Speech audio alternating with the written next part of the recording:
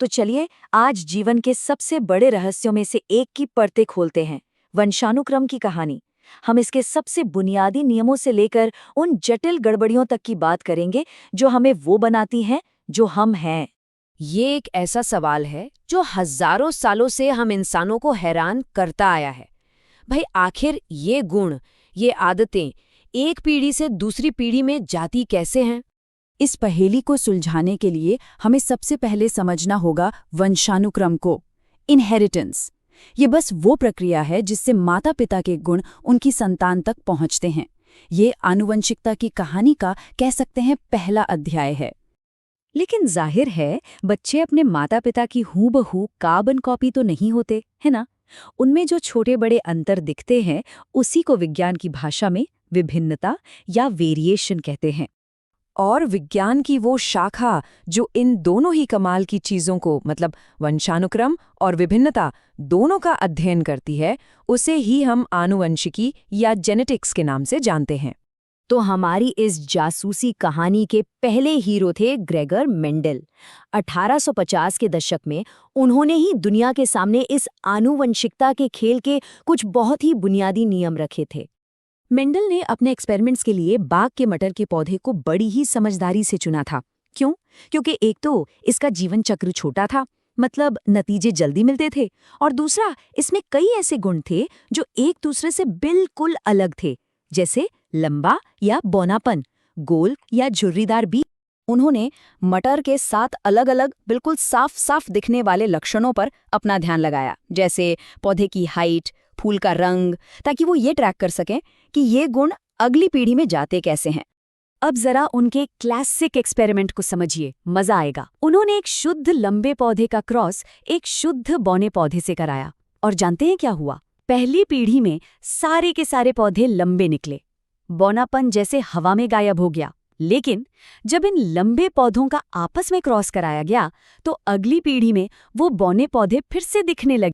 तो इस नतीजे को समझने के लिए हम पनेट स्क्वायर नाम के एक बहुत ही काम के टूल का इस्तेमाल कर सकते हैं।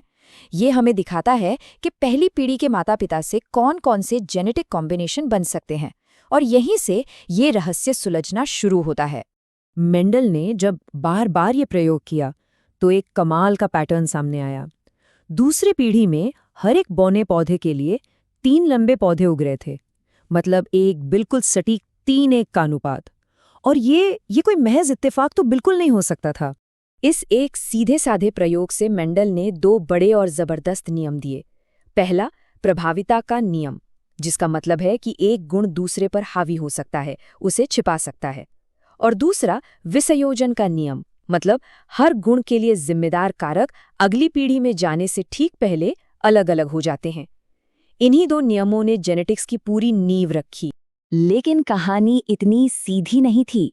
जैसे जैसे वैज्ञानिकों ने और गहराई से जांच पड़ताल की, उन्हें पता चला कि मेंडल के नियम हमेशा पूरी कहानी नहीं बताते। हमारी जेनेटिक्स की कहानी में कुछ नए दिलचस्प मोड़ आने वाले थे।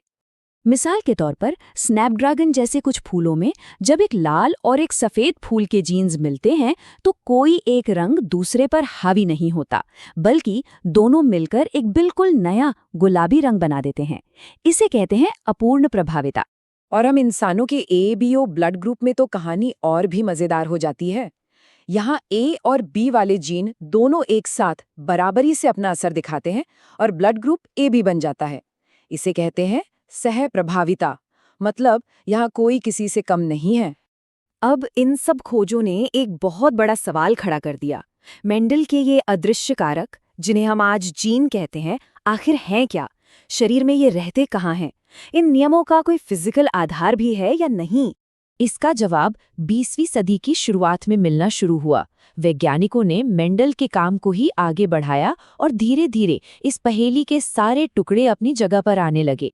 सटन और बोवरी नाम के वैज्ञानिकों ने देखा कि हमारी कोशिकाओं के अंदर जो गुणसूत्र यानी क्रोमोसोम्स होते हैं, उनका बर्ताव बिल्कुल वैसा ही था जैसा मेंडल ने अपने कारकों के बारे में बताया था। दोनों जोड़ों में होते हैं, दोनों अगली पीढ़ी बनाने के लिए अलग हो जाते हैं। ये सच में एक आहा मोमेंट था। तो देखिए, इस पूरे सिस्टम को समझने का एक बहुत बड़ा फायदा ये है कि हम ये भी जान सकते हैं कि जब इस जेनेटिक कोड में, इस ब्लूप्रिंट में कुछ गड़बड़ियां होती हैं तो उनका नतीजा क्या हो सकता है। इन गड़बड़ियों को कहते हैं उत्परिवर्तन यानी म्यूटेशन, और यही म्यूटेशंस हैं जो दुनिया में हर तरह की जेनेटिक विभिन्नता का असली कारण है।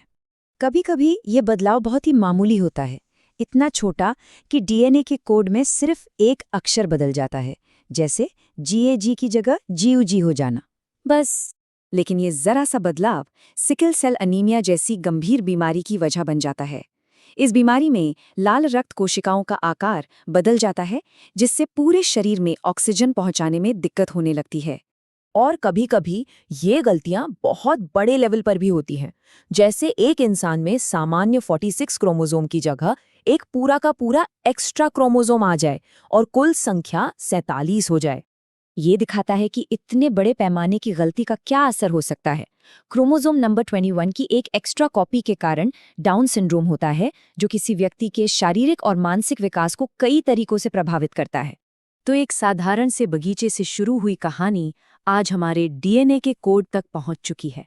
वंशानुक्रम के ये नियम दरअसल जीवन की ही एक बुनियादी कहानी है, और ये हमें ये सोचने पर मजबूर करते हैं कि इस कहानी के वो कौन से अध्याय हैं जो अभी लिखे जाने बाकी हैं। Right here, right now.